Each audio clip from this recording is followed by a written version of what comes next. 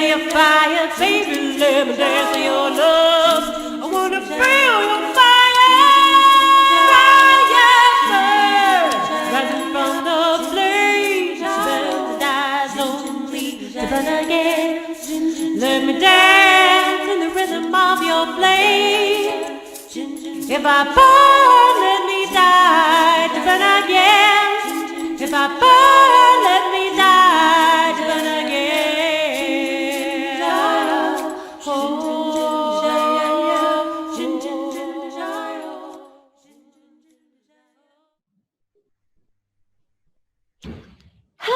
Hello, everyone, and welcome to Get Lit. I am Rebecca Hahn, and this is my co-host, Blue Star Deerwomon, and we are here today with you, as usual, to get lit up about what is happening in the underbelly of the world that we see with our naked eyes. There's so much more to it than we always see, and our job in this show, we have found, is to uncover that which pulses beneath the light of reality. So welcome to the show, and Blue, what the hell are we doing today? Give it to me. Yeah, like always, in the last 24, 48 hours, I get a clue. But, and it's always, hello, everyone, and thanks for tuning in to Get Lit. And we hope you do get lit. And the underbelly, yes, things are stirring like an undertow. And all the shit's coming to the surface, and you just got to love it to death. Here's what I have to say before you continue about this theme of underbelly is that everything that we're seeing happening, let's just put Paris out there, for instance. It is just a screen and a distraction from the theme that's really going on underneath it all. There's a connecting lifeline and life force underneath all of these things, and we're getting so lit up about what's happening outside of ourselves when it's all just a veil of distraction. Not to belittle what happened. That's not what I'm doing. But again, if you look underneath it, there is a pulse of something that's real that we're all sharing that not a lot of people are speaking to. Yeah, I agree with that. Okay, and I like the word pulse always because, it brings me back to just the quantum field, electrical currents. I'm having a deja vu. Awesome. Yeah, that's because things never change. It's the same. We probably had this conversation about, whales before. I don't know. Yeah. Endangered species. What I put out on the summary of our show is I said of late, my current thought is we're all refugees. And the place that, that brought me to was that we're all being chased pretty much off our own planet. This whole planet is our home. And we've been chased and enslaved and, all that hoogie-loogie. And we're seeking home, and granted, it's in a collective spiritual nature, but in the end, it's the borders that are strangling us. And so I just kind of resonated with that for a little bit. And perhaps it was my desire just to be empathic with those who are really boots on the ground right now without homes. Yeah, I think boots on the ground really describes not the people who are stepping up to solve the problem. I mean, yes, but really when we speak of no one, everyone's a refugee, I think that's a great phrase because it puts us automatically into the possibility of empathy for those that are really refugees in a way, in our own emotional DNA and history and ourselves, where we all have been at some point. But also this idea of boots on the ground, you use that term a lot, and I love it because really as people who can help, that's great. We can all help. But the people who are really walking that path in the mud, knee deep, are the refugees from wherever, in whatever way, that are finding, a spot to be in any country other than their own. I mean, if we take it back to something so simple as someone coming to a different country, even not war-torn. How many of us have really had that experience of going to a new place with our very small family, leaving most of our other family behind, even if it's by choice, into a new environment? That alone is something so huge. And then you put on top of it war and bombings and genocide and mutilation and rape and enslavement, starvation. And oh, hi, welcome to this new country with all that going on for you.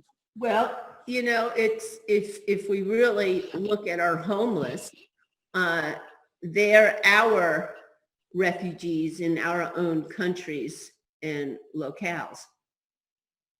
They basically, they don't have a home. They don't feel embraced or cared for. They're not nourished. They can barely, access food and water and shelter. So, but I wanted to speak to, I posted it on my Facebook page. I saw listened to an interview. Her name is Crystal Clark, and I think it was called Psychopathy Advisory. Oh. Okay. I sat with this, and, the way I listen to interviews and watch broadcasts, it's like I sit with it and I let it change my perspective. And then I just kind of reap, what resonated as truth, but I'm just very watchful not to make any judgments. Just go, okay, that didn't resonate with me, da-da-da. Well, I listened to this interview, and this is the first time I've heard of Crystal Walker. Apparently she's been around. But I was so impressed because the way the conversation went, first of all, when you listen to this woman speak and hear her voice and feel her resonance, she is, well, her name's Crystal Clark. She is crystal clear, and and you can get her sense of self-empowerment. But what was most impactful is they were talking about the hard things on the planet. And they were addressing it from the perspective of psychopathic behavior. And I have to admit, I love the perspective because they basically put the elite and those who are doing these incredible acts of corruption in the perspective of psychopathy. And it was just so brilliant because what it did is when you sit in that perspective for a moment, I mean, I know we go, man, they're fucked up, they're, insane, da-da-da. But when I really sat kind of from a therapeutic point of view, whatever that word is worth anymore, and perceived everything on the planet from a psychopathy perspective, those elite, those in control, everything made such sense. Can I just ask one question before you continue? So Yeah. She's basically saying, because this word is kind of tweaking me a little bit, she's basically saying that there is, that like world leaders, people of this echelon, she's describing them with, in the context of pathology, like Yes. a social, or I'm sorry, a personality disorder or something like that. Okay. Yes, and and the basic understanding of a psychopath is, first of all, everything's about themselves, and they have an inability to interact with other people and have empathy. They lack intimacy and empathy, and therefore they can easily do what they're doing and truly not dwell on it or think twice about it, that there's a vacancy of consciousness. Now, this has been examined for a long, long time on individual basis, but now we're applying it to those who have taken offices of power and administration and control, that this is the dis-ease that we're confronted with. And so when I started, and it's just, I mean, I'm telling you, it's brilliant. The whole interview is brilliant. And she's extremely hopeful. I mean, and she names every aspect of what's going on in the world right now and the potential of, will we blow it up? Maybe, maybe not. But sees that there's still a window, that there are still enough of us to really address the problem. And she speaks to it as if, well, of course there's a solution. Of course there's a solution. And I found it very encouraging. But also, when I start thinking about someone as a psychopath, all right, like let's say you're face to face with a psychopath and you know they don't give a flying fuck about you, right? Well, it's kind of like being face to face with an assailant, all right? And when you're in the company of an assailant or a psychopath, you don't rile them up. You don't even resist them. And for goodness sake, you don't antagonize. But what you try to do, and we've heard of these very successful scenarios, what you try to do is you try to create a calm, safe space around them. And you try to, it's kind of like doing therapy. You try to explore, how are you feeling today? What are you thinking? Everything's got to go back to them. And so one of the directions that Crystal was heading us in is that because they're so self-centered, it's what the main communication that I got was, you've got to help them to understand that, they're hurting themselves. Forget about us. You're hurting yourselves and you're about to annihilate a planet. You're going to kill yourself and your family and your children. It was like trying to show them, you're in this with us. Nobody's leaving the planet and you're going to blow yourself up. So it kind of just changed my thinking in, okay. And I'm not saying, you make it all beautiful and you know what I mean? You're not rescuing them, but you're. No, that's impossible. Right. It's actually using reverse psychology for what that's worth. And anyway, I just tried that perspective on it, and it kind of brought all the powers that were back to our level, like we all have the same feet on the earth. Well, we don't all have the same feet on the earth because my experience is solely mine and your experience is solely yours. And even though we share a same moment in time or history, does not mean we share the same experience. So I say that because I'm gleaning a few different things from what you're saying. I don't totally disagree with this article or how you're describing it or your viewpoint or analysis of it. But if we look at pathology, psychopathology, being a psycho, having psyche and a pathology in your psyche, in your mind, in your inner being means that you have an illness in your being. So it's, the way you describe this idea of, they will blow themselves up along with the rest of the world and their family, and they'll implode everything. For one, it reminds me of the fact that, our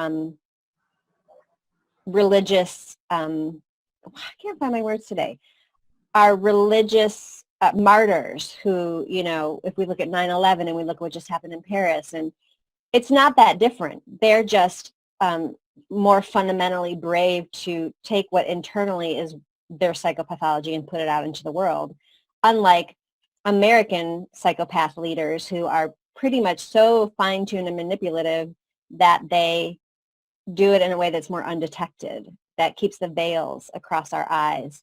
So we could look at it like possibly, American politicians who have their hand in the puppetry are more like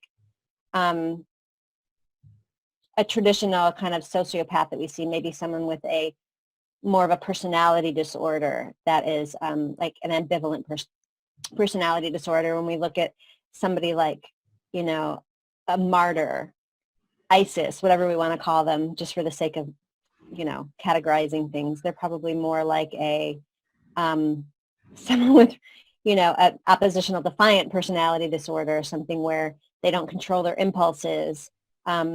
Because, you were saying, speak to these people in a way where we're telling them that you're going to blow yourself up with the world and your family. And I don't even think that's effective. I don't think because it's about fear and power with everybody, fear and power. If you're not awakened and done some work around it.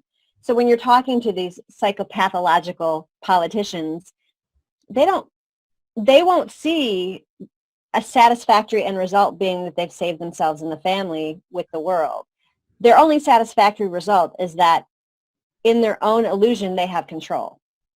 And they will get that at any cost so that they can quell their fear and keep whatever parts of themselves they have from getting chaotic. So people who wind up in the hierarchy in the upper echelons of being the puppet masters of the veils, whether you're a religious martyr, you know, taking the plane down with you, or whether you're a politician who's mastered the strings quietly, you know, the motivation behind it is all the same, which is that it's all about fear and control. Okay, And Becca, first of all, it's not all psychopaths don't fall into that category. However, no, there's a way through. Okay, we've worked with psychopaths, and they are not 100% losers. So no, I'm not saying that. What if you would have let me finish? What I was going to say is that I don't think our focus needs to be on helping them and saving them. I think on an energetic level, the more work we do on ourselves, the more compassion we have, that energy will rise above that. And then I guess what I'm trying to say is working directly with that person to get through to them is not really the answer. I don't think that's effective. I think what's effective is everybody working on themselves and creating such ultimate love and compassion that it overrides that, and then there's no room for them in themselves to have fear and control. Yeah, I can agree with that. Absolutely. And I'm not saying, you know, we're necessarily going to all of a sudden focus working on them, but I think it's the perspective of them as psychopaths help us to Totally have a frame of reference. It just puts it in a good perspective. Let's put it that way. Yeah, I think it's brilliant. I think it's a really reachable. Yeah. It's really rather reachable. think of these people as psychopaths than Dracos, for instance. Dracos, you know, or off the world, even though, you know, that may very well be. It may be true, but if we call them psychopaths, then everybody in the entire population of the world has something to relate to with it without having to go, oh, that's just stupid, or you're just weird, or, you know, I'm not buying into that. So they could stay in their unawakened veil. Like that just cuts all that stuff and creates this common language around basically you're really fucked up. Yeah. The other important aspect, and I'm not sure it was this interview, but the other important aspect that I felt helpful was recognizing that, you know, again, we're only getting information from a contrived world. And part of the disinformation is to tell us that, you know, we're not powerful. We're not as many as we are. And part of the disinfo is the wake up thing. I came across something recently. I think it was in the Golden Web, one of those parts where wake up people, etymology of it is we're basically feeding them, just kind of like the Pope saying, pray for me. Well, wake up is kind of a call for, awake is related to death, and that it's kind of a call for, if I have this correct, a call for the apocalypse to happen now. And I thought that was really interesting. So here, once again, we have another word that's been spelled. Can you explain a little further about your perspective of a call to waking up is actually a call to death? I'm just not getting real clear on what you're saying. Well, basically, what I came across was that it's in the category of the New Age bullshit. It was another piece of propaganda, you know, to start shouting out to each other, wake up, wake up. Well, think about that for a moment. I mean, I'd rather try on the hat, we're awake. How about we just come up with a creative solution? It's like we're going backwards. If we keep thinking we're that stupid, we're going backwards. And we've already learned that we don't need everyone. I mean, even if you look at movements, it's always a core group that's really facilitating, leading, and then the people come along. And stop calling people sheeple. I mean, Sheeple. yeah, sheeple, you know that one. Yeah, I just had forgotten it, and I love that term. Okay, because we're still using the vocabulary and the propaganda of divide and conquer. You know, what good is it serving us to get angry at the next person because we think they're stupidly asleep? I mean, that doesn't assist anyone. If somebody looks at me and goes, man, you are so stupid, you don't get this. I mean, that doesn't make me want to connect and find a solution. It puts me right where the elite or the powers that were would put me. So, and I'm not saying that, you know, I always come back to the diversity. It's like, if we're really promoting diversity and each of us as a unique universe, then the education is, how do you embrace diversity? When someone doesn't share consciousness with you, is it because they're stupid? And who gave us the word stupid to begin with? Okay, so I think there's some real necessary changes. So anyway,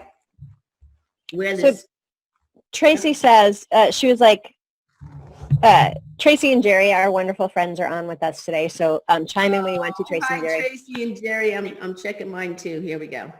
But she said that it was fascinating, the word wake up. And I said, why? Biggie just said something too. And she said awake, referring to awake at death. And, you know, this taps, Tracy's been following us for a long time. This taps into our theme around conscious dying, and how even last week we spoke to this, you know, again, to this idea of a conscious death, to all that we are attached to, even the idea of an attachment. And so I love her point, that this word, oh, I'm awake, are you awake? Are you living a conscious life? Blah, blah, blah, you know, and it's like, well, even living a conscious life is a paradigm that we're attached to. And so it's that moment, you know, right at death where the neurons burst open and we see everything, everyone, all across time in a moment of all knowing. And it's like, so I think that maybe asking if someone's awake is, you know, I think it's a little different reframe of what you were saying, because you were saying we're actually asking for death. But in Tracy's, and tell me if I'm wrong, Tracy, it's like we should be saying to everybody, are you awake? Not that. We should be saying, are you consciously dying right now? Yeah. Well, yeah. You know, I love that theme. Yeah. Like, hey, dude, are you dying? Yes. Right. Are you fucking dead yet? Did it yesterday. I'm going for my next one. Yeah. I think that, I mean, think about it. We'd want to change the language. Okay. So it's like, you know, and we create the cliches and the new da-da-da. And it's like, when in all of the eons of history have we ever turned to each other and said, are you dying? Right. We might say, oh, I'm dying for a hamburger. You know? Tracy says she's dying all the time. Exactly. But it's interesting. We should be saying to people, instead of how's life? What's new? We should be saying, how's death? What's old? Yeah. Okay. Now, I'd be watchful of the, you know, the total switch. But I really do. I think our language needs to indicate death in every moment. When you're asking someone, how are you? You know, it's like, how well are you doing with letting go? Yeah. What did you die to today? Yeah. What in you are you dying to today? What in you is going to die today? What's your intention, and what's your intentional death for today? Right. So somebody comes to you and says, holy shit, I had to pay my rent today and they didn't have it. It's like, dude, what, how are you embracing that death? That's a death. You know, what are you doing with your death today? Oh, you died today. You didn't get to make a payment. Oh, you died today. You got a flat tire while you were driving to your friend's house. Oh, you know, makes more sense to me anyway. It would. It makes more sense to us. Okay, so here's a question. I was playing with, you know, because I really am looking at this and going, you know what, we don't have a clue who's doing what, you know. I mean, granted, we got the internet, but if we wanted to do a poll or a survey, now I've never designed one, okay, and I'm sure there are people that really know how to do this, but if we wanted to design a survey poll to find out, are we on the same page? What, and this I think, Becca, is great for your brain. What 3 questions, let's see, we narrowed it down to 3 questions, and maybe we made it a multiple choice, okay? What 3 questions would we ask to identify that we're on the same page? You know, like a funny one would be, do you watch CCN? You know, okay, but let's go bigger. Let's go real big. What 3 questions? This might not be it, but do you feel the energy of the universe in your gut? In your gut. Okay, do you feel the universe is benevolent? And it is, right? Those are good questions. Okay. Do you feel the universe is benevolent? All right. Is there a purpose to dying? Oh, that's a good one. That's a good one. Is there a purpose to dying? Okay. And yeah, that's a good one. Do you dream in color? No. What'd you say? Do you dream in color? Right. Okay. All right. So do you believe in conscious death? No, I think the second question was, do you see the purpose in death? Do you see? Not because if you say, do you believe in conscious death, then that's leading. You want to see what people's, what was the first one? Let me remember what the... In your gut, you said a benevolent universe. Oh, right. Do you feel the universe's energy in your gut? And you said benevolent universe. I think that's good. And Tracy said, is there her flip on the question to dying is there a purpose to living? That would be a good question too. Okay. And not what the purpose is, just right. Is there a purpose? There's a purpose. All right. And okay, so are we, if I was to say, you know, get how about 7 billion surveys? We'll say we take over most of everyone. So we get 7 billion surveys and we see that, is this going to be enough? Do you feel a life in your gut? Is it benevolent? And they all said yes. And do you have is there a purpose in living? And they all said yes. And is there a purpose, what did you say, a purpose in dying? And they all said yes. Is that enough information yet to indicate to us that we're connected on what's going on? Okay, so we have another, for the sake of anonymity, we have another person writing in. And the first, in a nutshell, they say, oh, actually, I have to read this whole thing because it's brilliant. Okay. People are not getting absolutely beyond angry, fucked off with the state of the world and the blatant lies that the mainstream media is doing at the moment. Maybe you know who this is by now.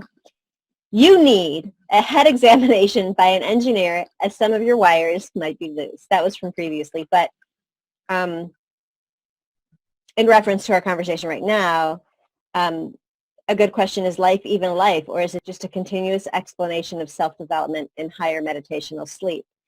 I don't know what that exactly means, but my interpretation of that means, is life actually life, or are we living in this sort of like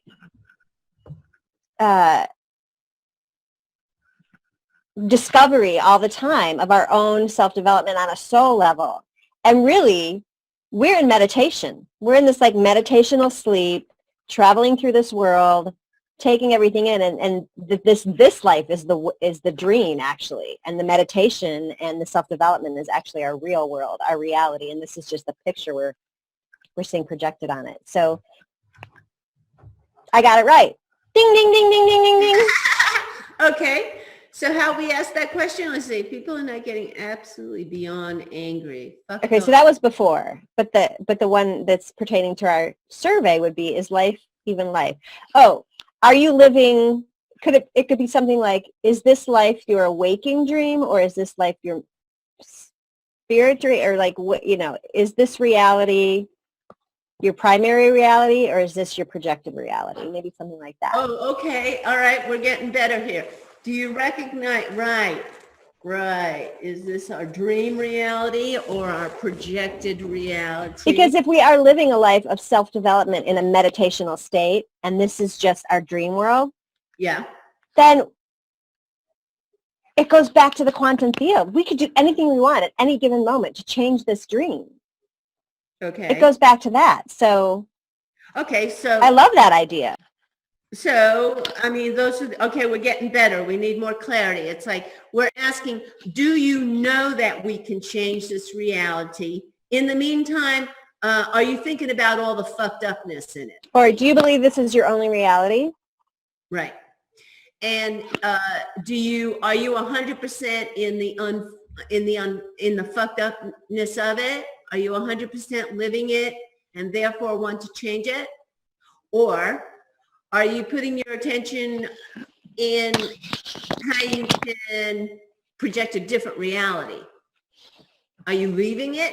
I guess that, you know what I'm trying to get to?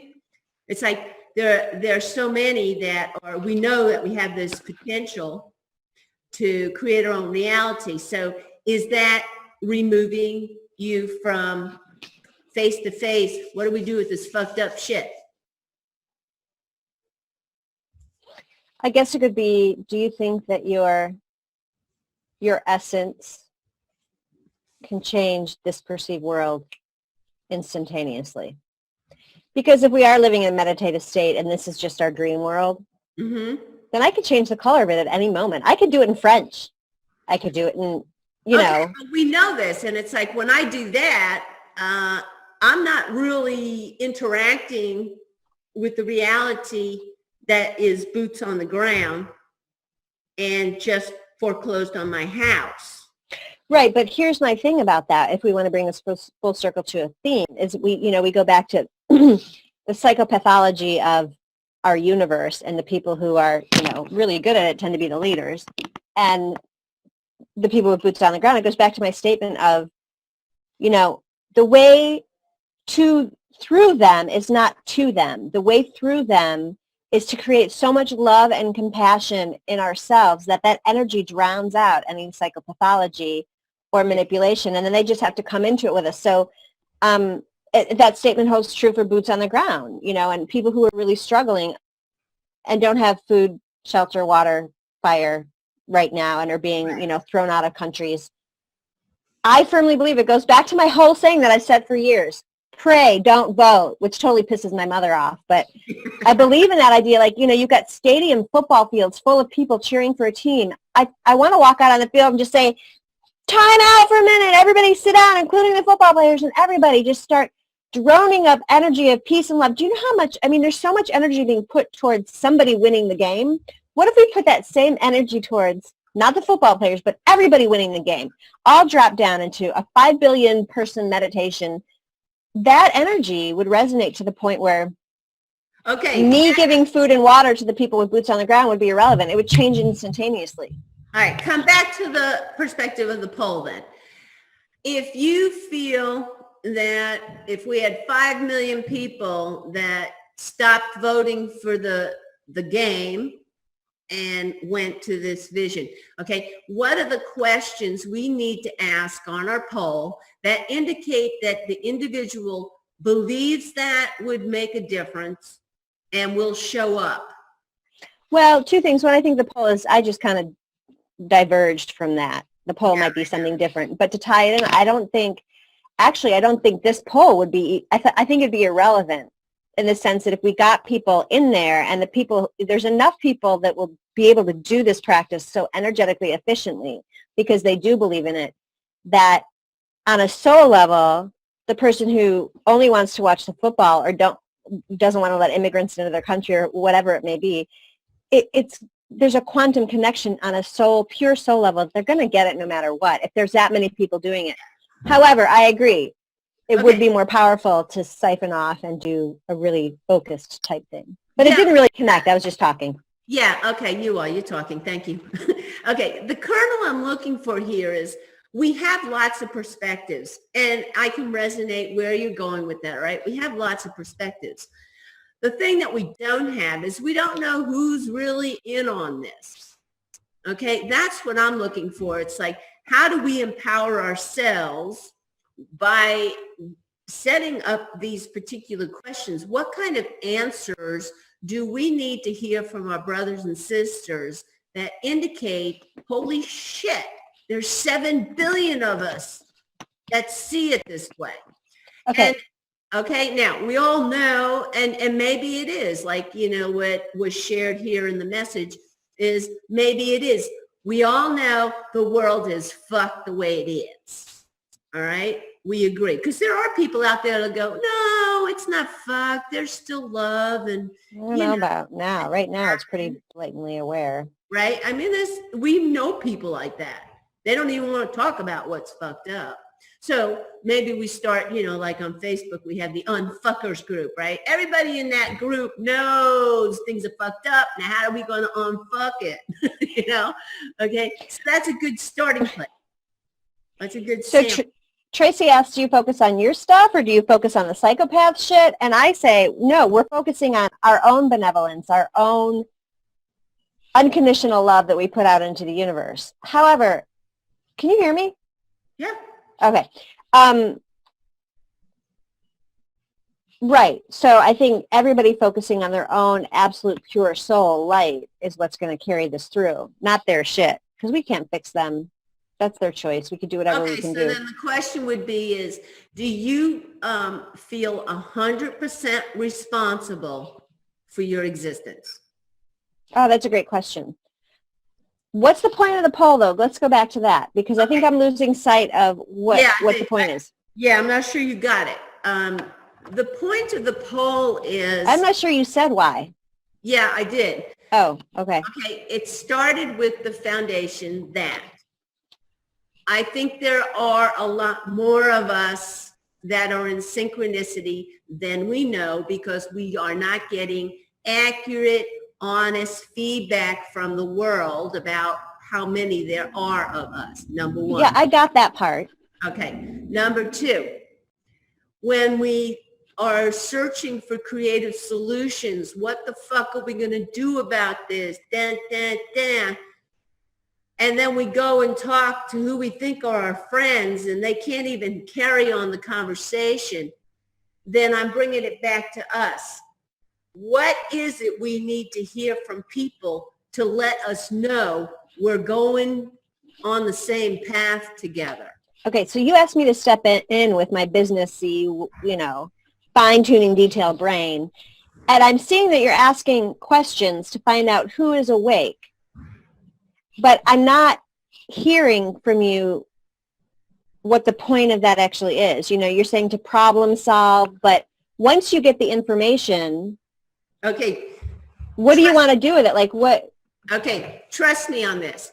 Something in me is saying that there's an opportunity, a potential to kind of strengthen us in our efforts. Underlying, there's something that's saying, if we could kind of get this perspective a little more worked out, there's something that will broaden our awareness as a family working together. Okay. It's just a sense. That's what I'm going on. So there was a question, not a question, a statement that came in about one of the questions on the survey that was really awesome. In order to change the world, would you be willing to change yourself? Ah, that's a good one. That's a really good one. Would you be willing to die? In order to change the world, would you be willing to die? That's the question. That's the one I want to know I'm beside. Well, you need to make that one a little bit more clear because then that brings, I think people instantly go to martyrdom. Yeah, right. I'm not talking about martyrdom. I know you're not, but when you address or confront anything on the planet, including your best friends, and you say, you know what? I don't believe that, I think it's this way. like most of us speak. I think we do have a problem. Yeah, psychopaths have taken over the world. And your friend goes, that's it. I don't want you in my life anymore. I was not afraid to die. Okay? And I just lost that friend. I am not afraid to die for truth. Well, I think that's more of a key way of putting it than are you, in order to change the world, are you afraid to die? I think would be, and a couple of people wrote, and yeah, that's where I went too, is religious martyrdom or something like that. Right. It's to say something. I actually like the way it was phrased. In order to change the world, are you willing to change yourself? Or in order to let go of the world as it is, are you willing to let go of yourself as it is? Okay. Something like that. And then to go. Because you want the questions to be effective. You don't want them to go down a different path in their paradigm and not actually answer the question according to what the question means. So I know that you and I go, yeah, we get what that means, but we don't need to be stubborn about that. We need to work with people where they're at. Okay, so right now I'm thinking of our little, our Get Lit broadcast. We've become a little think tank, okay? And we're just thinking, tanking together. We're puttering along. Our tank is full. Our think tank's full. And we're just honing. We're just honing because I think if we could have clarity on our priority and where does the buck stop and where do we begin? And I think that last question is getting closer to home. Mm-hmm. Are you willing to change yourself to change the world? I love that question. Not go out and hold a picket sign that says, you change the world by changing yourself. No, change yourself. Going back to what I said about purifying ourselves on a soul level. What are you willing to be responsible for? Are you willing to change yourself to change the world? So, yeah, it's interesting you say, are you willing to be responsible? Because Tracy wrote, personal responsibility is so key. Lots of people are too afraid to look at their creative role in their life circumstances, their own creative role in creating their life circumstances, which in essence is creating our world. Yeah. Oh, and then she says, to you, Blue, I think that friend lost you, not the other way around. You let them go, but they are welcome to come back anytime. Yeah, thank you for that clarity. That's good. Yeah. That's good.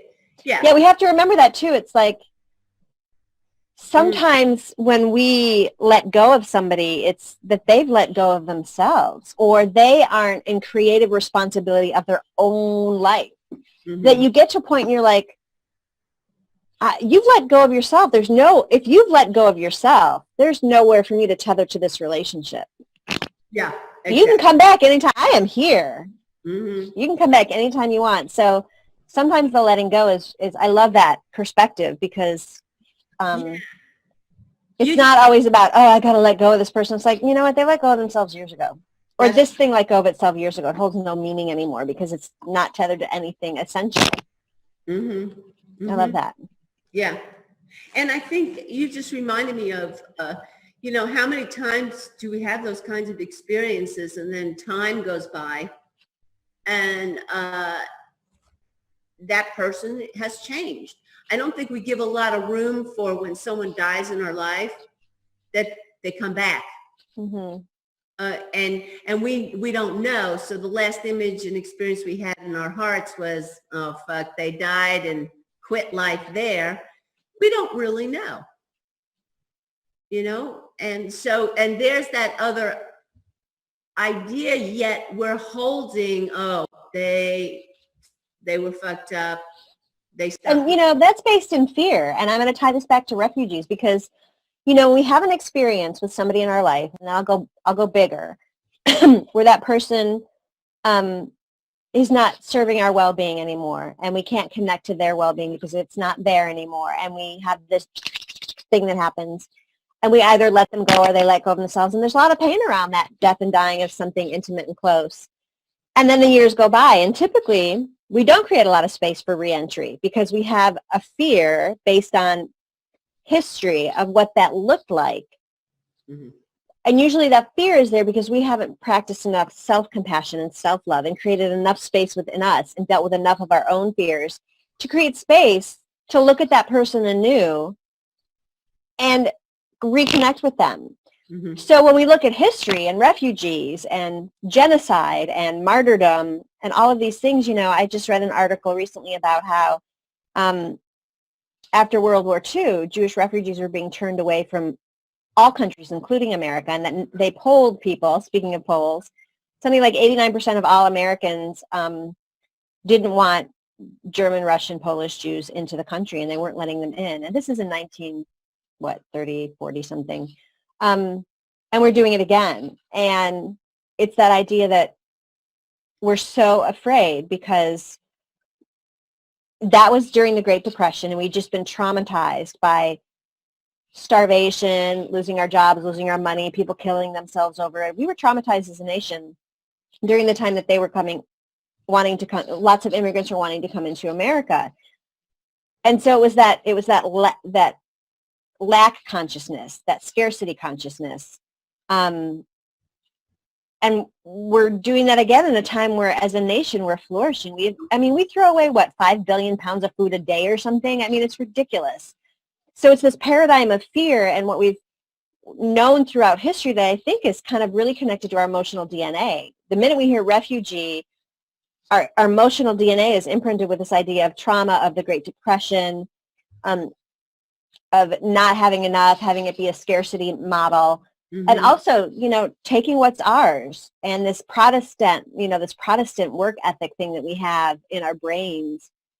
And so we look at this idea of we haven't been practicing enough self-love and compassion through the generations, because if we had, we would know there's enough spaciousness in all of me to love all of everyone, and there's enough spaciousness on this planet and this world for everybody to get what they need. Bring everyone in, and if we practice love and compassion, everybody will be fed. It doesn't matter. And so I think it ties in that way when we speak on a global level of what it means to be able to let go of something, work on myself in a way where I'm clean and spacious enough that if that repeat in history occurs, or that friendship repeat occurs, that there's enough space to let them into my borders.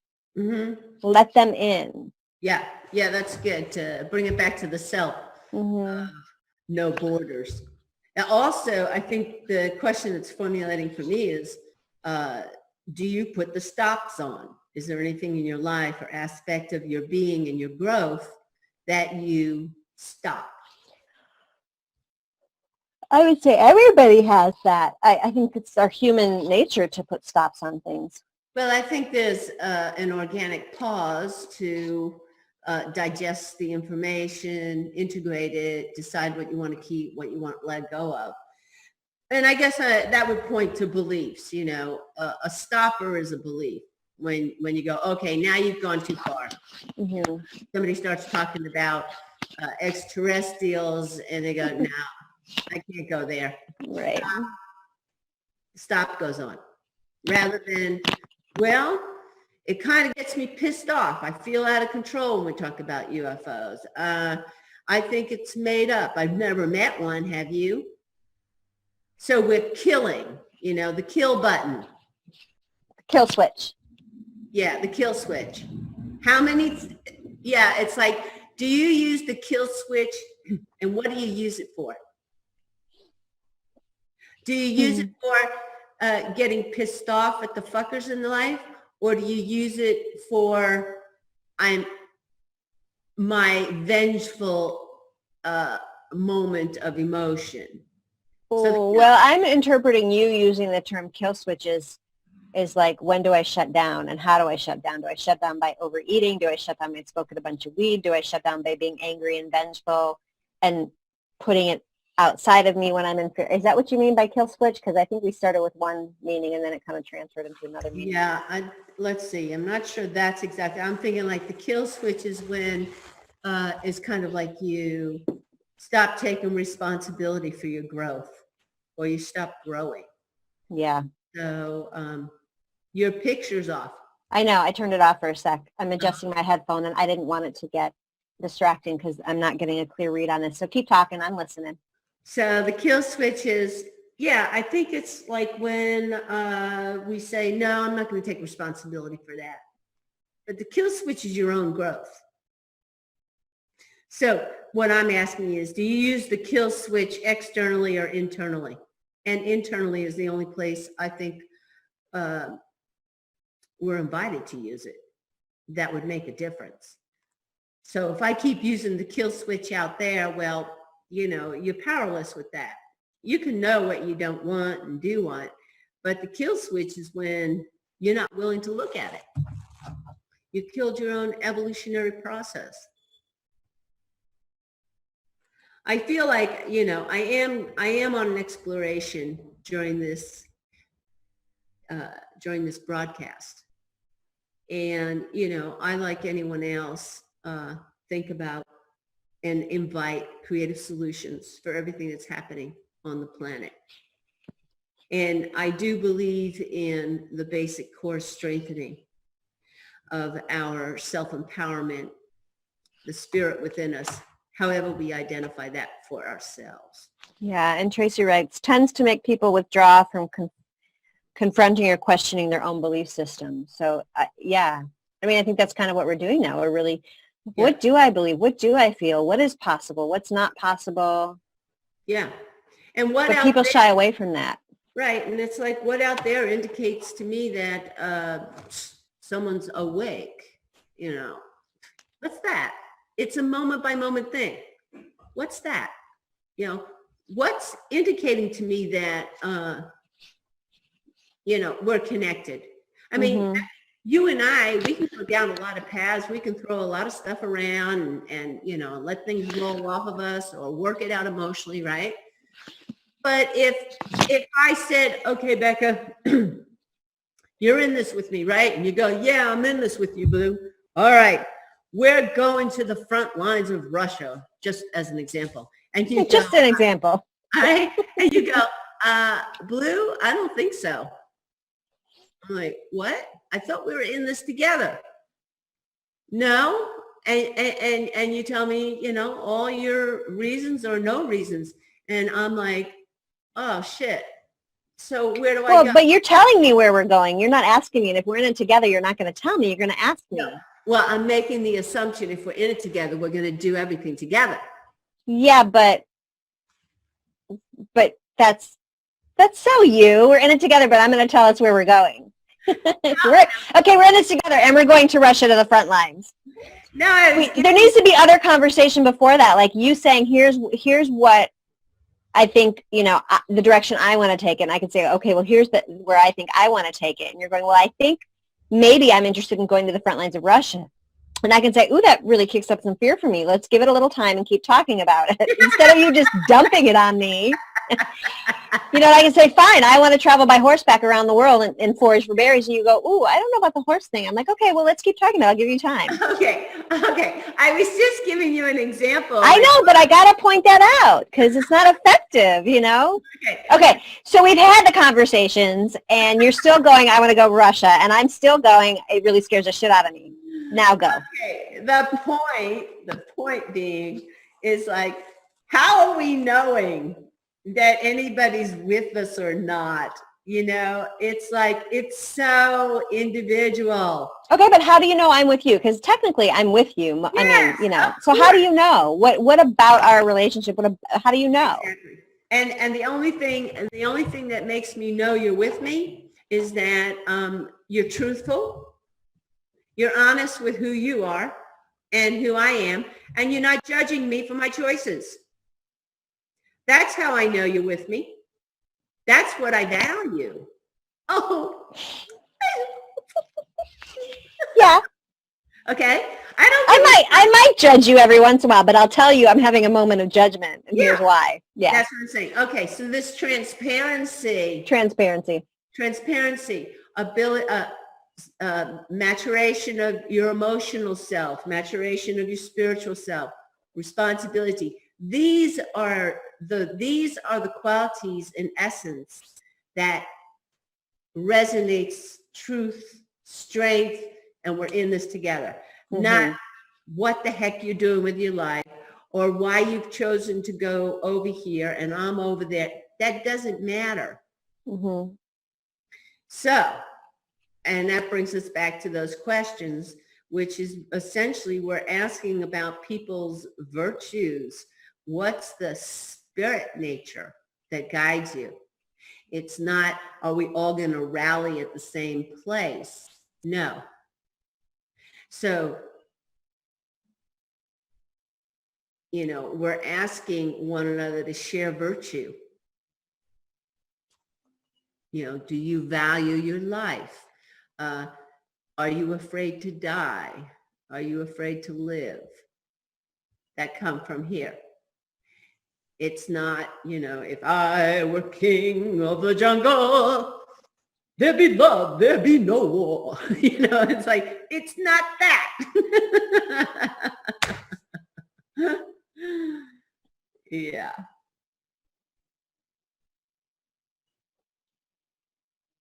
What do you consider to be death? That's a good question. That was just posted. What do you consider to be death? Okay. Okay, while I'm alive and the experience of death, which I've been calling conscious death, I'll be going along and I have a certain sense of my outlook on life, my perspective, my routine, how I make decisions.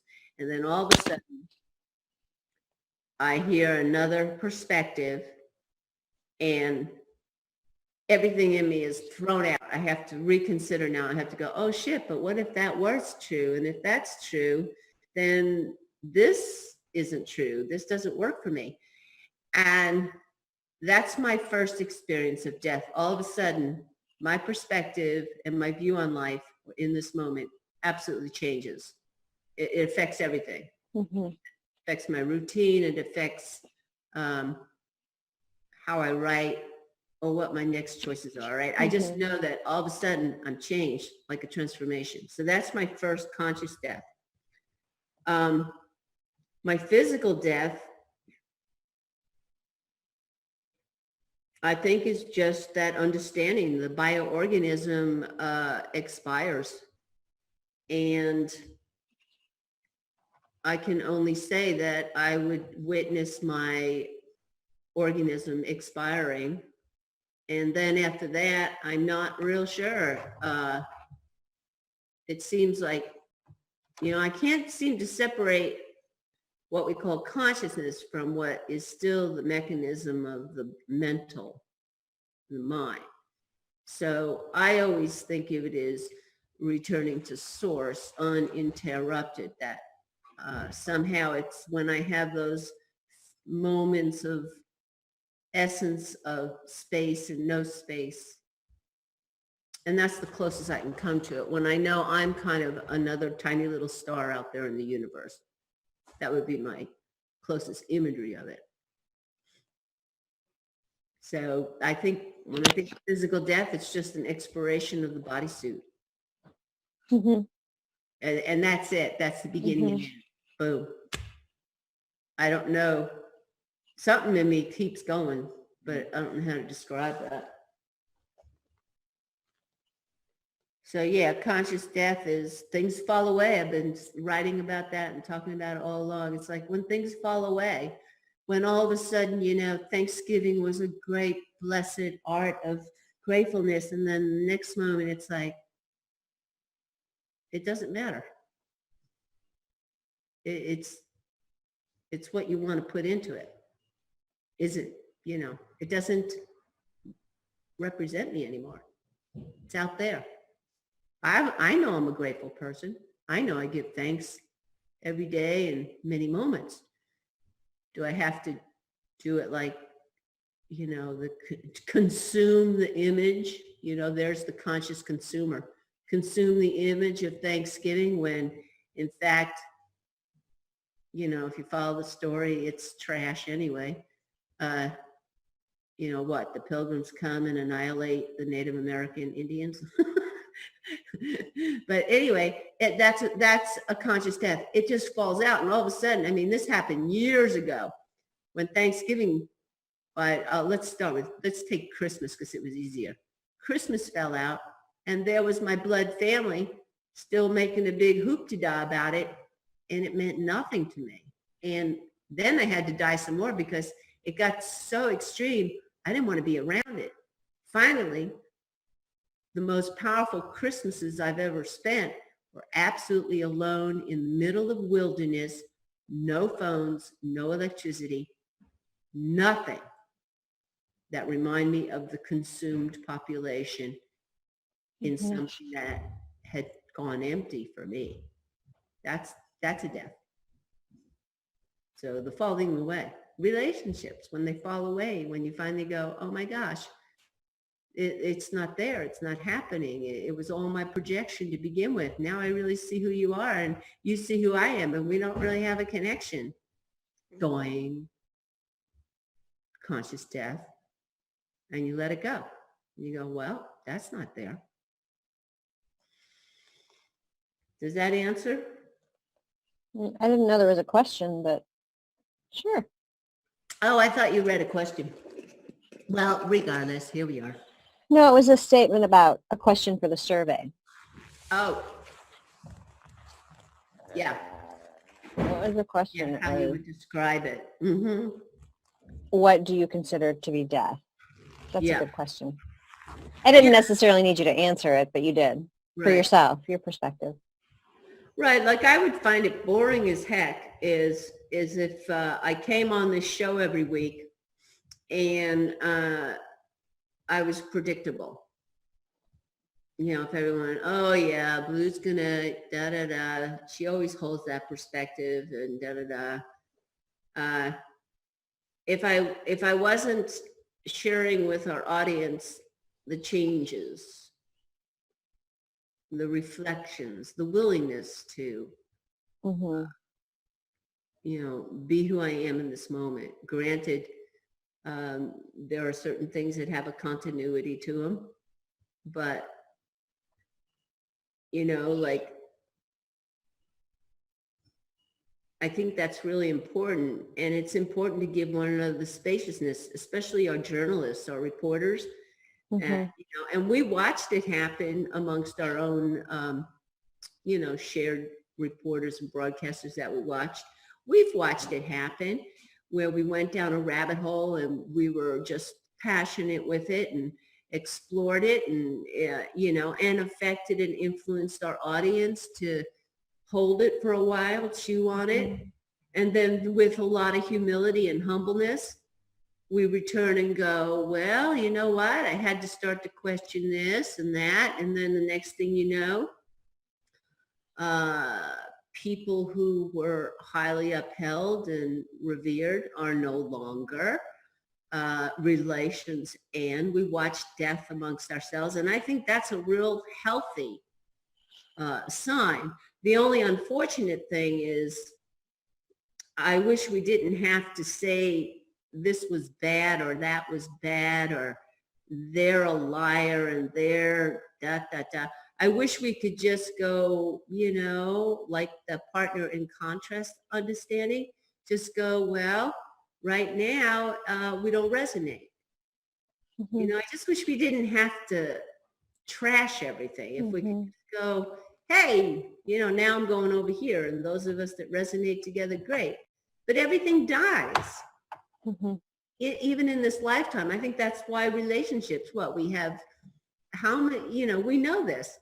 You know, you get all souped up about a relationship and then down the road, you're like, uh-oh, the warning signs go off. And now it's like, okay, are you going to work to keep it together or are you going to admit it's over? Girlfriend, boyfriend, boyfriend, boyfriend, girlfriend, girlfriend, it's over. Do you have enough courage to let go and move on and do something different? Or are we still under the constraints of the nuclear family? It's necessary. It's the only thing to survive. And it's like, come on. And so what happens? Either we stay in the relationship and we continue to trash one another, or we stop talking to each other, or we become enemies rather than, hello, thank you. You know, thank you. You were a partner in contrast. It's been a great run. I just think, you know, what good does it do us to hold people as our enemies? And I'm not saying that we're not being discerning, but what good does it do us? rather than sit here and kvetch about, oh, this politician and that politician, it's kind of like you can sidestep that bullshit, you know? It doesn't mean you don't still go down the path of politics or try to affect your local government. It's like, but the trash has been taken out already. You know what I'm saying? Yeah. Yeah, Tracy mentioned something about standing in our authenticity with compassion and respect for others Right. is incredibly important to have valuable exchanges. So yeah, I mean, I don't have to engage with the psychopath, but I also don't have to spend my time hating them or being angry when I could be focusing on my own love and compassion. Exactly, exactly. And I think just to go back one more time to Crystal Clark in that interview, what I appreciated so much is she spoke about very difficult issues, but with such clarity and self-empowerment. There was no judgment and there was no fear.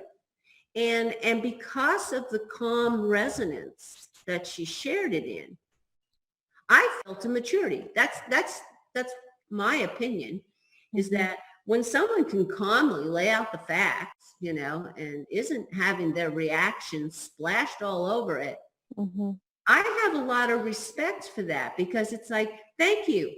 I got the information, and that person isn't trying to project onto me all their anguish and reaction to it. It's like, okay, cool. I could sit and talk with you. And that's what I think about, you know, those of us who are leaders and take leadership positions. It's when we take on the responsibility. We're not trying to propagandize our friends and community. We're not trying to convince anyone. We're not even trying to wake them up. As a leader, we have an overall understanding of how things work. And we have a responsibility to investigate why things are the way they are. And then we have a responsibility to hear everyone's thoughts and feelings about things. And then the leader has to then go and be peaceful, be quiet, and come up with a summary, come up with some kind of conclusion to bring back yet to the people and communicate from everything that I've gathered here. This is my understanding, okay? And help people come to new understandings. And I think it takes a great deal of courage and responsibility to remain in a neutral place, to not do the old propaganda of rah, rah this, rah, rah that, and, you know, get everyone hyped up, okay? That's not being fair to each other. It's like we need to leave a lot more spaciousness and allowing for us to come to our personal spiritual insights. And then follow that resonance, which is what I spoke to you about, Becca. It's like, it's the resonance that I share with you that I value. The resonance of what I experience as honesty or integrity or transparency, okay? That's the resonance that keeps me open to hearing your solutions and your creative solutions. But I've learned of late, like, you know, when I watch something and somebody's real passionate, or you watch a beautiful art video, you know, and you just get so enamored and blah, blah, blah. And in that moment, how quickly you just want to hit like and go, oh my gosh, you know, and I'm susceptible to that. I've done that. But I've also noticed in the height of passion or my response, overflowing or not, if I take a couple of breaths, right, it's over. I'm not passionate about it anymore. I lost the rush. And I've watched myself do that in social networking over and over again. And it's almost created that way. It's like you gotta share it now, like it now, because you know how quickly it moves. So you're not going to be able to find it later. And like right now you're feeling like, oh my gosh. I mean, I just did a whole slew of those in the last 24 hours. Like, oh my gosh, they're the Muslim with the blindfold and he's wearing a sign. They think I'm a terrorist. Hug me if you don't think I'm a terrorist, or whatever it was. It was beautiful. It was heart touching, right? In an emotional moment, I went, oh my gosh, share, click, like, boom, boom, boom. But in another moment, it can roll off of me. I can consciously give death to it. It's like, okay, it's over, it's gone. So I'm not sure playing on our passion. I mean, playing on our passion is propaganda. Playing on our fear is propaganda, right? So when we're not playing or responding in life from this, oh my gosh, that's it, or holy shit, I'm not doing that. If we're not playing on those dualistic divisive energies. Well, it talks, I mean, the Buddhists call this the middle path. Yep. There we go. And it goes back to speaking to what I opened the show with, which was everybody's getting so entrenched in their passionate response to what's happening in Paris, Mm-hmm. you know, and putting up their flags and doing their thing and talking about peace and love and rah, rah, rah. But what I'm saying is let all of that go. Mm-hmm. Where are you going to sit in your own essential quietude of absolute pure love and compassion? Right. Find that middle path. And you can still be responsible. Say, Mm-hmm. just because I'm not passionate or having in this huge Exactly. emotional response to the refugees does not mean I don't care. Exactly. In fact, I'm doing my work. I'm sending intentions. I very deeply care. Mm-hmm. And in my quietude, in not being in this extreme emotional place, I have more of an ability to really consider and ponder, how may I assist this situation? Yeah. Right? Mm-hmm. Is it getting 1 million shares on the video? I don't think so. Well, yeah, you can get 1 million shares, but what is that really essentially doing? For two things. One, I'm so busy looking at the shares I've gotten that I'm not really doing the self-work internally in my quietude. And two, that person who has no shoes, freezing cold weather, no food for their children, isn't going to give a flying fuck how many shares you've had. Exactly. How is that going to generate fire, water, food, shelter for them? Okay, and I think for me, the place I would turn is the next time there's a person beside me in my own little local community that's obviously homeless. That's my opportunity to heal yet another refugee, help a refugee. That's my opportunity not to scurry away thinking they're going to approach me and ask me for money and I don't want to have to respond. That's my opportunity to turn my face, look into their eyes, and acknowledge them. There are refugees right under our noses. Start there. If you can't turn and take care of that homeless being right beside you, you have no right to be thinking about the refugees from Syria. You have no right. Then you're just using mental farba, or whatever you call it. You're just giving yourself something to masturbate about. It's all up here over the refugees. Okay, well, okay, that's a little bit of a slippery slope. I know you're kind of going off there, girl, but I think that it's easier. Okay, so there's a universal truth and a universal resonance that whether we feel or not, we at some point in our genetic history have been the victims of any of these genocides, refugees, all of these things. So I think people are so up in arms about, getting so passionate about what's happening in Paris as opposed to what's happening, 150 people were just massacred in South Africa. I think, I can't remember. I just read it so quickly I had to get on the show, but no one's posting that crap, So I think, Paris is one of those places that, if it's the popular place. So if we go down passionate for the popular place, then, I think there's a bit, and this is reaching, a bit of that. I'm the cool person, but nobody's going to do it for the orangutans Southeast Asia and the fires, nobody's going to do it for the Africans that have been, suffering forever.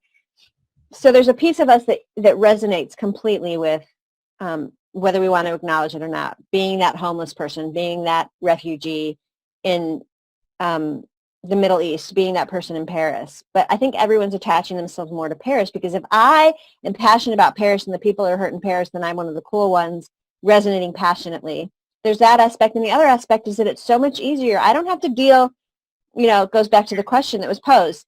What are you doing? What are you willing to do in yourself to change the world? Are you willing to change yourself? And sitting down in my home turf and staring at that emotional refugee in our own country, that homeless person, looking them in the eye, you don't even have to give them money, looking them in the eye, sending them love and compassion and say, I see where you're at. I know where you're at, somewhere in my being. I love you. Mm-hmm. That is so much harder than putting up a fucking flag over your face on Facebook for Paris. And it's safer. That's so much safer to do than on your own turf. And then, because if it's close to home, then there's a call to action beyond just, putting something up on social media or things like that. So I think it's twofold. I think that there's a sense of Paris, and Paris is, I love Paris. It's one of my favorite places, but there's this idea that it's a pretty glossy place, so it's really easy to go, yeah, I'm down for Paris and we're passionate about all you're suffering for right now. But there's nothing holding Africa to us. There's nothing holding a bunch of orangutans and very poor people working the rice fields in Southeast Asia. So there's this idea of this sort of like, at least this is what I think, there's this underlying sort of call to action for pretty places that make it easier, because if I attach myself to the pretty place that's suffering, then I'm one of the people that loves I'm a pretty place person. And then also the other aspect is we don't look at the people, the refugees in our own country in the eye, because that is a call to action for ourselves right here. It's so much easier to do something else with that. Yeah, for that matter, our veterans are refugees. We have blatant examples. But, this comes back to also, when we talk about law, and the encouragement that the way we would change in politics is to come back to our local precincts. Well, it goes for everything.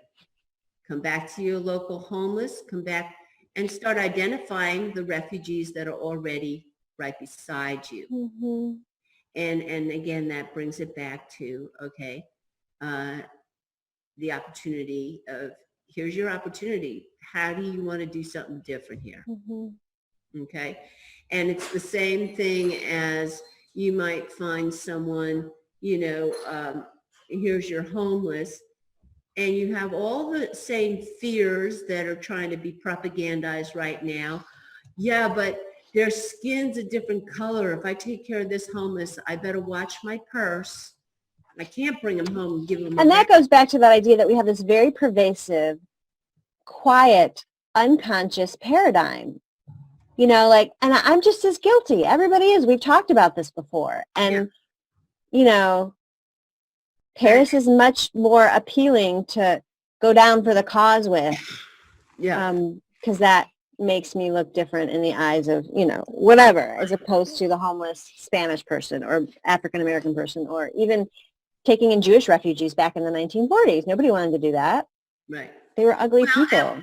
We have to look at how safe we feel, we can look at the images on Facebook and we can express to our friends, oh my gosh, my heart really goes out to them, And my heart does, but we still have lots of opportunities for our egos to get stroked. It's like, oh my gosh, that's so cool. You put that up on your Facebook. Mm-hmm.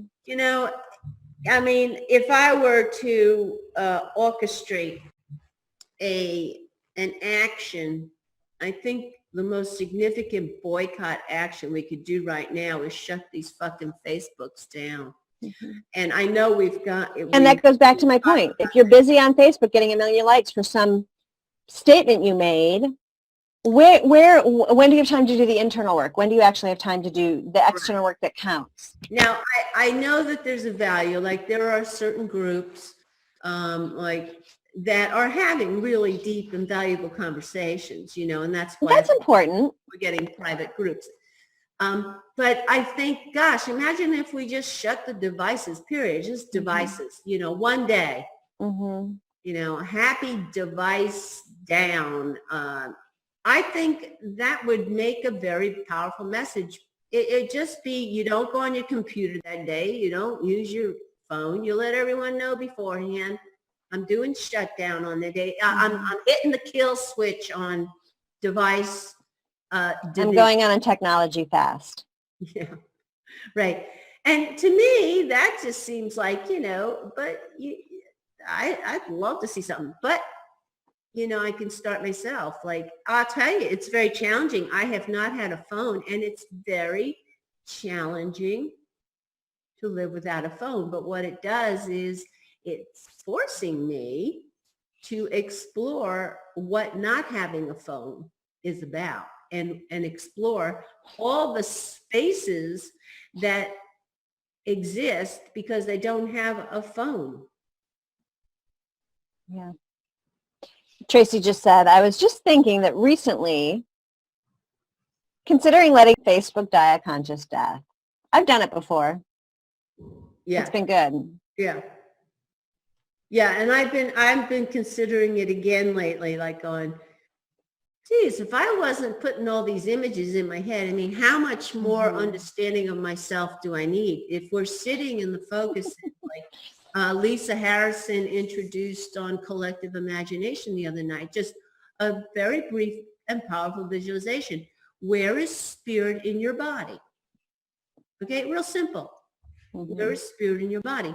Well, if I'm not on Facebook and I'm not surfing, I'm always looking at where is spirit in my body.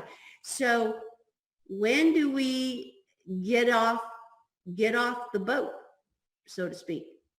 And only I can make that choice for myself. But I do see, when I didn't have internet at my little homestead, my little tiny house, and I didn't have a phone, I had to die a lot. I had to die a lot. I looked for that entertainment, that connection, and I went, oh my gosh. And see, we have it justified. I even justify it. It's like, but in this day and age and technology, we've connected all around the planet and we're communicating, we're growing, and but the truth is, we're going to grow anyway. We're not going to grow any less or more if we're sitting in spirit. And if that's where our empowerment comes from, wouldn't it just makes sense? We're going to find each other in spirit. So, and I know the arguments can go on and on. And I think it's just one of the other, it's an addiction. We all have addictions, and we moderate it. We go, well, I turn the phone off at night. It doesn't sleep in my room. And, we all make adjustments. But, and forget about looking at everyone out there. Just take yourself. You're the only one that you can change. How much time do you spend with spirit? And how much time do you not spend with spirit? That's our job, personally. And, and I love coming here, but I ask myself over and over, it's like, okay, why am I doing Get Lit? Well, of course, people interact and they respond, and it's like, and we get to explore, all right? But I have to really reassess this every week. And granted, I'm not doing this every day, and it's a modest, digestible bite. But I have to, I go through that whole scenario. It's like, but this is how I'm helping, and it's really a difference, and da da da da da. And it's like, yeah, it is. Back to balance, back to balance. And how is it serving me? How is it serving? Going down the rabbit hole. I do have a phone, but it's not a telephone. It's a little Wi-Fi mini computer. When you when you finally don't have telephone service. I'm looking at Tracy and Jerry in the chat room. I know I get all distracted here. What are you letting go of today? Oh, that's a good question, Tracy. And do you believe that we create our reality? What are you, okay, what am I letting go of today? That's a good question in this moment, because I can feel, like right now, I feel like, you know, all these brilliant ideas and perspectives are melting in my body, okay? I'm having a physical sensation of coming back to spirit self, which tends to be in a more calm place. And in this moment, what am I letting go of? I guess I no sooner expressed myself today and I'm letting go. Okay, like a moment ago, I got all excited about, oh, I'd love to see all out one day shut down on devices, okay? And then a part of me knew that, well, that's not going to happen, you know, and all the stops came in. You know, it's like, oh, yeah, you're not going to organize people. And it's like, that's kind of an old idea, trying to go out there and organize, you know, around the planet. Everybody shuts the fucking thing down, right? And as I watched my whole loop go, I experienced the loss. I lost the passion of, in that moment, I was in the experience of the shutdown and the brilliance of it. And then I felt that passionate moment meltdown. And I feel it let go of. So I'm having a moment of it's fallen away. But I'm also having a moment of falling away into the unknown, the uncertainty. And that brings me back to spirit. So that's an example of conscious death. That would be my conscious death just a moment ago. So I'd have to say that I experienced many, many, many moments of death like this. Because in all the scenarios that I might go through today, I'm going to have those moments of, oh, we could change the world. Oh, wouldn't that be really cool? I wonder what da-da-da. And I'm thinking, what should I do? And da-ba-ba-ba-ba. And then I take a deep breath and all the passion of it just, whoop, it's gone. I let go and I'm dead. I died again into the unknown. Were you listening, Becca, when you had the video off? Yes, I was. Because I was just responding. I saw Tracy in the chat room, you know, asking, what have you died to today? And, you know, I can identify in so many moments conscious dying. And I'm using that as an example, but when I get all passionate and fired up, you know, and then I take a deep breath and it's like, it's not there anymore. That's a death for me. That's a death for me. And I drop back into spirit, right? And it was the same thing like when I didn't have devices or internet at my little house. It gets to a point where you go, whoa, this is a whole lot of time of spirit, you know? And I would see myself reach, you know, like, oh, well, maybe I could get internet, or maybe I'll consider a phone. And then if I sit with it long enough, the next moments come and it's like, you know, okay, it was exciting for a moment. And then it's gone. It's almost like you can let go of everything. And I think what's important is like, you know, I don't let go of my awareness of the world or the planet. But if in the moment something's right there in my attention, right, then I want to attend to it. I want to give it my full presence. And you don't have to go out on the streets to have the world come up inside you. And you always have that opportunity in that moment with your own little world of thoughts and perspectives and opinions. You have every opportunity to keep living and dying. You know, you don't have to go out into the world to continue to coexist here and assist. You know, it's one of those koans. Mm-hmm. But then you go out and there's beings in their physical skin suits, and it really is just like going out into the universe. It's like, oh, there's another star, there's a star, there's a, or another universe. And it's like, I always come back to those basic agreements of all the universal aspects in myself. If you are a universe and I'm a universe, I ask for basic agreements, friendly relations, no interference, communication so that we can learn about each other. And I like the virtues of the heart. I like sharing the virtues of of gratefulness and forgiveness and compassion, humility, understanding, courage. I like sharing those virtues. And then the ones that I mentioned with you, Becca. I love sharing the virtues of honesty, which doesn't mean honesty is just communicating this moment your truth. Okay? So let's say in this moment, I don't know something about myself. Well, I'm being as honest with you as I can.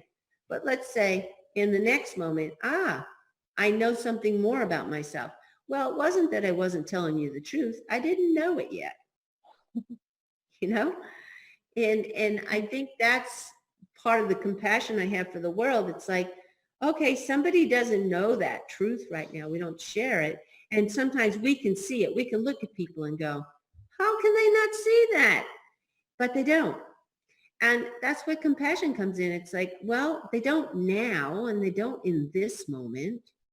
Doesn't mean they won't tomorrow. Doesn't mean they will either, but that's not the problem. That's right. And that's not the point. It's like, you know, that's the compassion. Give everyone the space. So truth, transparency is a momentary assessment. You know, Tracy wrote, there's really an art to letting go. Breathing in helps a ton. And I think that's the middle path. You know, we find our breath in the middle path. If we're too passionate about something, our breath tends to be kind of shallow and hyperventilating. If we're shut down too much, then our breath tends to not exist at all. She said that your conversation reminds me of the Celestine prophecy. Speaking your authentic truth in the moments is what brings the synchronicities. Absolutely, because if we're not speaking our truth, we're not aligned. So if we're not aligned, how in the world are we going to converge with other people in alignment? It's just you're constantly misfiring. So, yeah. And that brings me back one more time to Crystal Clark in that interview. What I was so grateful for is her truth was delivered in self-empowerment, calmness, truthfulness, facts, and the resonance.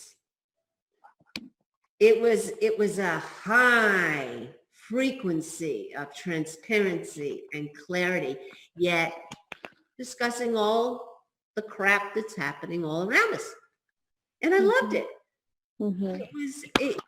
I'm telling you, there's something, it doesn't work for me anymore when people get irate. You know, I mean, I can listen and give them spaciousness to go on their tirade, you know, but it doesn't do anything for me. All it does is get me nervous, you know. I start getting the jitters because they're jittering all over the place, you know. But wow, when someone is really in that neutral zone, and there is something to be said about that, that middle path, that allowing, you can't touch anyone there. You know, it's so blatantly, it's so tangible. You you know? So that's why, I think a lot of us are, we know not to antagonize and resist, like activism of the past. I think we have finally matured enough to know that that is not effective. Okay? And I love those kinds of conversations that I get to witness in the social networking, is that we're not likely to rally. Now, the powers that were want us to rally. We know that theory. And we're not likely to rally like that any longer. And good on us, because it takes you out of spirit. So it's the same thing, come back to the psychopathy, all right? Irritating and antagonizing a psychopath is not necessarily the brightest move. Yet, when you remain in your spirit and neutrality, you can really assess that psychopath and go, well, okay, and understand it and, dissect it and clean yourself, because, we obviously have to have that psychopath. I mean, I do believe in that universal mirroring. We can find that aspect in every part of our being, And I thought about, recently I was thinking about the Anunnaki, especially because I had watched that Golden Web. And, I had a moment. I could really feel the Anunnaki in my DNA. And I was like, and here's one of those places I allowed myself. I wasn't holding a belief or a fear that, oh no, I'm not an Anunnaki and all that bullshit. But in a moment, I could really identify it, Anunnaki. And it was curious to me, in the DNA, it was kind of like I went to that Tibetan practice, invite your demons for tea. Well, instead of going, whoa, got scared shitless and got afraid of myself, I just sat there with it and said, well, we're sitting in the spirit of I am whatever I think I am. So there is no fear here. It just gave me information. I've got information about you. It's like, okay. So, yeah. What are you thinking, Beck? I'm just listening to you go off on your whole thing. Not a lot of, I just am listening, giving you space to talk through it. Yeah. I'm not really thinking, I wasn't thinking anything, I was just listening. Okay. At that point. Yeah, just, being in the moment. But that did come to my mind. But anyway, yeah, there's a real difference too. I mean, you can see, we know people who are calm and quiet because they're self-controlled, and they're the ones that do fine until something goes wrong. And then they blow. And that's usually our indicator. It's like, man, if you're all chilled out all by yourself and then you go out in the world and the first thing that crosses your path, you blow. It's like, you got to really look at that. It's like, hello, that's your moment. When something crosses your path, it's like, I have lots of people in my life like that, but, they're just all about, I'm a mellow person and I like, things to flow and I'm really happy. But the minute something goes wrong or is off or they spend a lot of time by themselves, so much time by themselves. And then when they get into interactions with others, they shut down, or they get interaction with something that's not going right in their life, they blow up. Yeah. And they can't handle it. And there's two extremes. It's like, well, no wonder you think you're doing fine. You isolate yourself from that which is actually living. Right. And what makes you happiest is to be on the surface of things and not actually owning all parts of yourself. With the middle path, not with, condemning yourself for those shadow parts and, being manic about those parts of yourself that are great, that you have to keep uplifted so you don't look at the shadow parts. It's like, no, there's a middle path to own all of it in a way where if your house falls in out from under you, you still are on the middle path. Yeah. Yeah. Right on. Yeah. And it's like, we may be in this understanding, but, I think one of the things that we did an injustice to our brothers and sisters, like the ones who are refugees right now, is when we turn to them and go, well, you can find the middle path. I mean, there's a place for you. No, what I want to say to them is like, what do you need from me? No, I'm saying, but that's what, we can't, my point is, yes, I totally agree. Because what the fuck does that do for them? It's like, no, what can I do to make you safe and allow me to hold the middle path for you till you can get there through my love and compassion. That's right.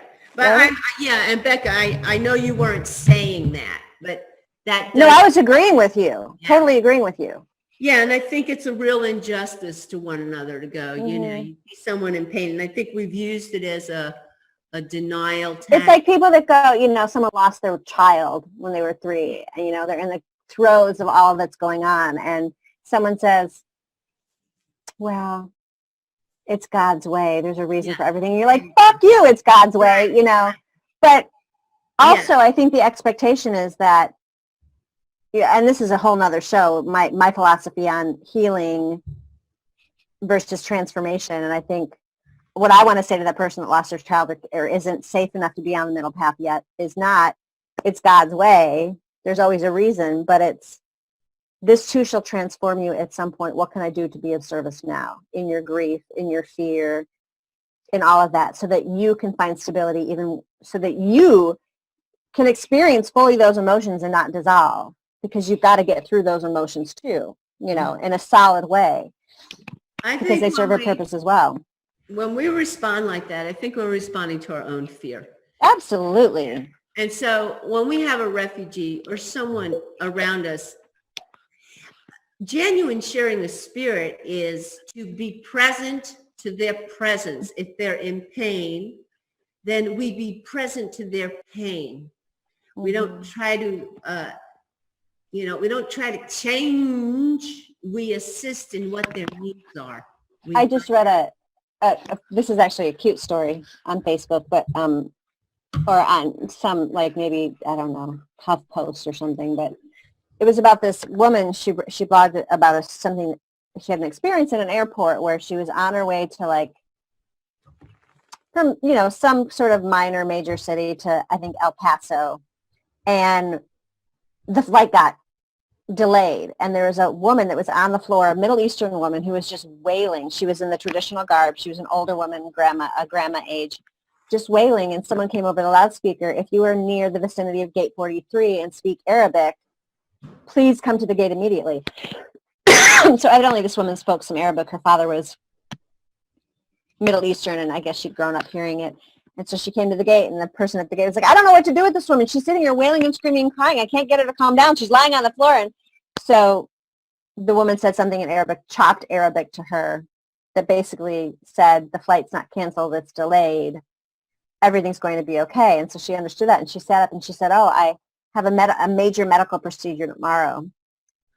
And if I thought the flight was canceled, and I would have missed it, and my son is there. So they called her son and then explained to him what was going on the woman's cell phone. They called her other son, and then she thought it would be fun to have the woman talk to her dad in Arabic to get her, to calm down. So they called her dad, and then she evidently knows all of these Middle Eastern brilliant poet people. So they called all the poet people. So for 2 hours, they sat on her phone calling all these people that this woman knew for the grandma who needed to just get grounded and work through this fear and grief and find a way to get grounded. And then this woman had some date cookies with powdered sugar on their traditional Middle Eastern cookie. And so she gave one to the woman, and then she had powdered sugar all over it. And then the grandma woman kept passing them out to everybody in the gate that had been delayed. So everybody had powdered sugar all over themselves. And then the attendants that were working the desk decided that they would pass out apple juice for everybody. So 2 little girls that were from that delayed flight too said, we'll pass it out. And so everyone had powdered sugar all over them. Everybody's drinking apple juice that the girls passed out. And by the time they all booked the flight, everybody was just so happy and connected. And the woman basically said, this is the kind of world I want to live in. Going from some, racial profiling, religious martyr woman on the floor screaming and wailing, and the woman's going, do something with her. I don't know what's going on with this woman. Yeah. to everybody, including, and you know how people are that work the gates at airports. They're just like, don't. There's nothing about any generosity going on, especially when a flight is delayed. Right. They're just really trying to solve the problems, and for them to like, get cartons of apple juice and pass them out. And Yeah. so this goes back to my original statement. If we can conquer our own condensedness, our own tightness, work towards love and compassion, get the fuck off of Facebook, even though my story was from Facebook or Huffington Post or something, and really build spaciousness around love and compassion, not only will we all be able to connect on a more deeper level, but then that's where the solutions come from. Mm-hmm. Then we get the apple juice and the date cookies, and that's when we see powdered sugar and glitter all around us as opposed to death and dying. Right. That's when our reality changes. Mm-hmm. Yeah, that's good. And it is, it's true. And I guess, I love those moments. Those are the magic. They are the magic. But if we're too tied up with our devices, we often miss opportunities. To connect with people for real. And, that's old news. That's like a story all of us are battling. And I don't know if that'll ever change. But Yeah. So. Okay. So on that note, because we are coming towards the end of the show, I highly recommend if you go to my Shama Deerwomon Facebook, there you have it. You'll see the interview on psychopathy advisory. And also there's an amazing video, Malance from Africa. She does like a TED Berlin talk. And it's a brief. So repeat that because you cut out. Oh, there's a Malance is her name from Africa. And there's a video on my main page that it's like a TED talk in Berlin. Oh my gosh. Where do you experience the calm? And I guess that's what I'm going after right now. But calm, clear, and talk about not having anything and creating something. Beautiful presentation. So I put a whole bunch of things on there. If you'd like to be entertained and kind of, you'll get a sense of where my streams of And that's on Blue's homepage, not the Get Lit page. Right. But you can connect through either one. Right. And always, those of you that may be watching the show, listening with us, if you'll just send us a message in the Get Lit Facebook page, just let us know that, hey, I was there. I heard all your shit. or have statements or responses. It's great. But it's nice to know, who's kind of out there listening. I sometimes go around Eureka Springs and somebody will go, oh, yeah, I have caught that show. And it's like, I had no idea. It kind of gives us a sense of expansion with you if we know who, in fact, is listening. So once again, CCN, Conscious Consumer Network. We wouldn't be able to share with you the way we are if it wasn't for this broadcast platform. And yes, you're always going, I think all our archive videos, they are introduced with pledge requests. We are not funded by corporations or governments because we want to be authentic with you. We are alternative media presentations. And so one of the things that I wanted to share is, look, if you can't drop $5,000 or $100, think about this. For every program you watch, €1, $1 makes a big difference. So just think about that. You just have to click on a few buttons. $1, €1. And that's kind of like getting a message in our Get Lit page. Just say, hi, I do listen to you. It makes a difference, honestly. And so, 5,000 would make a better difference, but do what you can. Well, and that's a topic I'd like to talk about maybe next week, about people who have wealth. And the other thing I promised myself I would remember, Mel V, co-producer of CCN, does a most outstanding program called Dragonology.